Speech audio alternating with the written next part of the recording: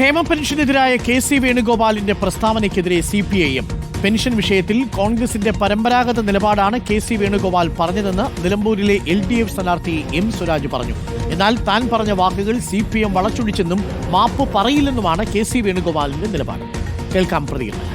അത് സത്യത്തിൽ അദ്ദേഹത്തിൻ്റെ ഒരു കുഴപ്പമല്ലാതാണ് എനിക്ക് തോന്നുന്നത്. ഞാൻ അദ്ദേഹത്തെ വ്യക്തിപരമായിട്ട് വിമർശിക്കാൻ ആഗ്രഹിക്കുന്നില്ല.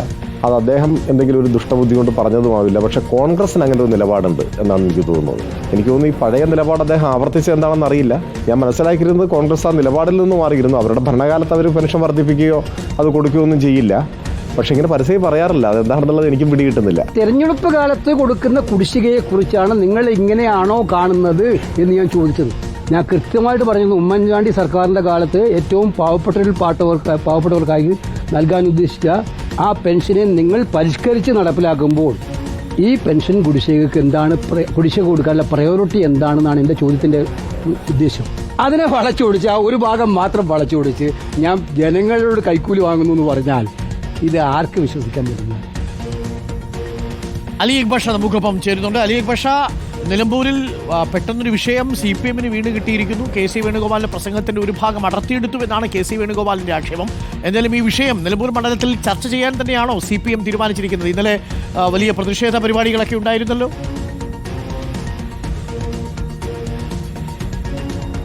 അരുൺകുമാർ, തീർച്ചയായും ഈ പെൻഷൻ വിഷയം ഇപ്പോൾ വലിയൊരു രാഷ്ട്രീയ വിവാദമായി തെരഞ്ഞെടുപ്പ് കാലത്ത് മാറുകയാണ്. നിലമ്പൂർ ഉപതെരഞ്ഞെടുപ്പിനെ സംബന്ധിച്ചിടത്തോളം ഓരോ രാഷ്ട്രീയ വിഷയങ്ങൾ വീണ് കിട്ടുമ്പോഴും അത് വലിയ രീതിയിലുള്ള ചർച്ചയാക്കാനുള്ള ശ്രമമാണ് ഇരു മുന്നണികളുടെ ഭാഗത്തുനിന്നും ഉണ്ടാകുന്നത്. ആ ഒരു ഘട്ടത്തിലാണ് കെ.സി. വേണുഗോപാലിന്റെ വായിൽ നിന്നും ഈ പെൻഷൻ തുകയുമായി ബന്ധപ്പെട്ട ഒരു വിവാദ പരാമർശം ഉണ്ടാകുന്നതും ഇതുമായി ബന്ധപ്പെട്ട് CPM വലിയ പ്രതിഷേധത്തിലേക്ക് കടന്നിരിക്കുകയും ചെയ്തത്. ഇന്നലെ ഇതുമായി ബന്ധപ്പെട്ടുള്ള വലിയ പ്രതിഷേധം CPM-ന്റെ നേതൃത്വത്തിൽ സംഘടിപ്പിച്ചിരുന്നു. കെ.സി. വേണുഗോപാൽ മാപ്പ് പറയണം, പെൻഷൻ വാങ്ങുന്ന സാധാരണക്കാരായ ജനങ്ങളെ അപമാനിക്കുന്ന നിലപാടാണ് കെ.സി. വേണുഗോപാൽ പറഞ്ഞത്. സ്വാഭാവികമായും കെ.സി. മാപ്പ് പറയുക തന്നെ വേണം എന്ന നിലപാടാണ് CPM മുന്നോട്ട് വെക്കുന്നത്. എന്നാൽ കെ.സി. വേണുഗോപാൽ ഇതിനുശേഷം മാധ്യമങ്ങളെ കണ്ടപ്പോഴാണ് ഇതുമായി ബന്ധപ്പെട്ട് ഇപ്പോൾ അരുൺ പറഞ്ഞ വിശദീകരണം നടത്തിയത്. തന്റെ വാക്ക് വളച്ചൊടിക്കുകയാണ് ചെയ്തത്. ഒരു കാരണവശാലും താൻ മാപ്പ് പറയില്ല.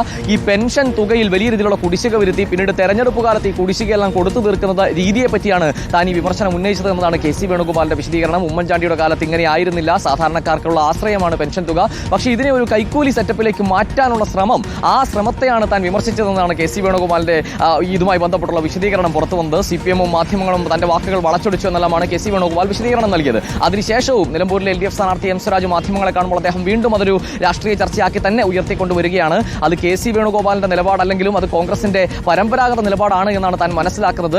അവരുടെ കാലത്ത് UDF ഭരണകാലത്ത് ഈ പെൻഷൻ തുകയുമായി ബന്ധപ്പെട്ട് യാതൊരു പരിഷ്കരണവും ഉണ്ടായിട്ടില്ല. പിന്നീട് പെൻഷൻ തുക വർദ്ധിപ്പിക്കുകയും സാധാരണക്കാർക്ക് ആശ്രയമാവുകയും ഒക്കെ ചെയ്തത് LDF-ന്റെ ഭരണകാലത്താണ്. അതുകൊണ്ട് അത് കോൺഗ്രസിന്റെ പരമ്പരാഗത നിലപാടാണ് എന്ന ഒരു വിമർശനമാണ് ഇതുമായി ബന്ധപ്പെട്ട് M. സ്വരാജ് ഏറ്റവും ഒടുവിൽ പുറത്ത് പറഞ്ഞിരിക്കുന്നത്. എന്തായാലും ഇതൊരു രാഷ്ട്രീയ വിഷയമായി കത്തുകയാണ്, തെരഞ്ഞെടുപ്പ് ആയുധമായി കത്തിച്ചുകൊണ്ടിരിക്കുകയാണ്.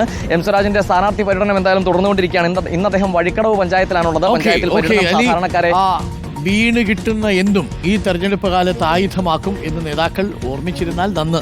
ഏതു വാക്കും കയ്യിൽ നിന്ന് പോയാൽ പിന്നീട് ഇതൊരു വലിയ ആയുധമാക്കി മാറ്റും.